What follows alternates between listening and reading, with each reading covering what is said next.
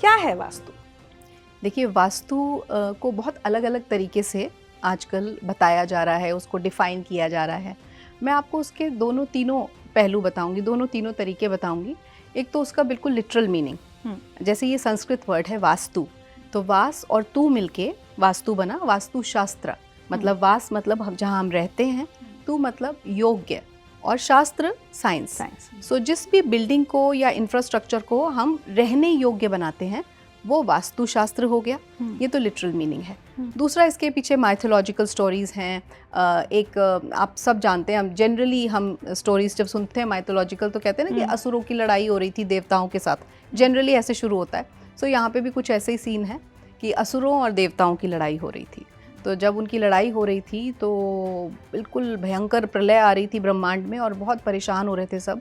सो देवता हार रहे थे, तो वो ब्रह्मा जी के पास पहुँचे कि ऐसे ऐसे हो रहा है और हम तो हार रहे हैं। तो ब्रह्मा जी ने कहा अच्छा तुम चिंता मत करो, मैं कुछ करता हूँ। तो फिर वो वहाँ आए जहाँ पे ये युद्ध चल रहा था, और सभी असुरों की और देवताओं की जो पसीने की बूंदें गिर रही थी उसको उन्होंने इकट्ठा किया और एक प्राणी को बनाया।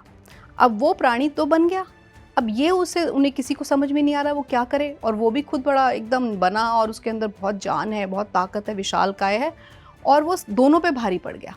वो देवताओं को भी मार रहा है और असुरों को भी मार रहा है। अब ब्रह्मा जी ने कहा इससे पहले कि सब कुछ खत्म हो तुम दोनों एक हो जाओ। तो असुर और देवता दोनों एक हो गए और उन्होंने सबने मिलके उसको जमीन पे पिन कर दिया, उल्टा उल्टा लेटा दिया और दबा दिया, पकड़ लिया। तो जो उस समय उस प्राणी का सर था वो नॉर्थ ईस्ट की तरफ था और जो पैर थे वो साउथ वेस्ट की तरफ थे। वो क्योंकि ब्रह्मा जी के मानस पुत्र हुए, उन्होंने उनका नाम रखा वास्तु पुरुष, और वास्तु पुरुष की नाभि में है ब्रह्म स्थान। अच्छा, सो इस तरीके से ये एक माइथोलॉजिकल स्टोरी हुई, जैसे वास्तु पुरुष ने जन्म लिया। अब वास्तु पुरुष को अपनी गलती का रियलाइजेशन हुआ तो उन्होंने माफ़ी मांगी ब्रह्मा जी से। तो ब्रह्मा जी ने कहा अगर तुम माफ़ी मांग रहे हो तो मैं तुम्हें ये आशीर्वाद देता हूँ कि जिस घर में तुम्हें पूजा जाएगा उस घर में वास्तु दोष नहीं होगा और खुशियाँ, खुशहाली, प्रॉस्पेरिटी रहेगी। और जिस घर में तुम्हारा ध्यान नहीं रखा जाएगा रहते समय या आते समय या नींव डालते समय, उस घर में दोष लगेगा। वास्तु का जो बेसिस है वो पंच तत्व हैं। अच्छा, पंच महाभूत हम सबको पता है, water, fire, air, space and earth. तो ये पांचों ही तत्वों के हम भी बने हैं और इसी पांचों तत्वों के बेसिस पे वास्तु बना है। तो जहाँ पे इनका इम्बैलेंस होता है वहाँ घर में भी इम्बैलेंस है, शरीर में भी इम्बैलेंस है। और कहीं ना कहीं हमारा सबकॉन्शियस माइंड हमारी कुंडली से और हमारे रहने वाली जगह से कनेक्टेड है, because we are extensions of our house. हम कहीं भी जाते हैं जनरली तो हमारे दिमाग में हमारा घर रहता है कि कोई चीज़ देखी, कोई आर्टिकल देखा, कोई आर्टिफैक्ट देखा, अच्छा ये ले जाते हैं घर में, यहाँ रखेंगे, because we are carrying our home in our mind.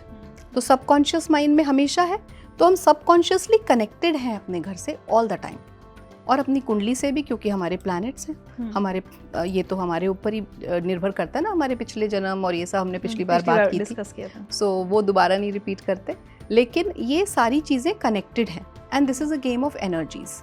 पूरा का पूरा जो वास्तु है या ज्योतिष है सारा एनर्जीज का खेल है।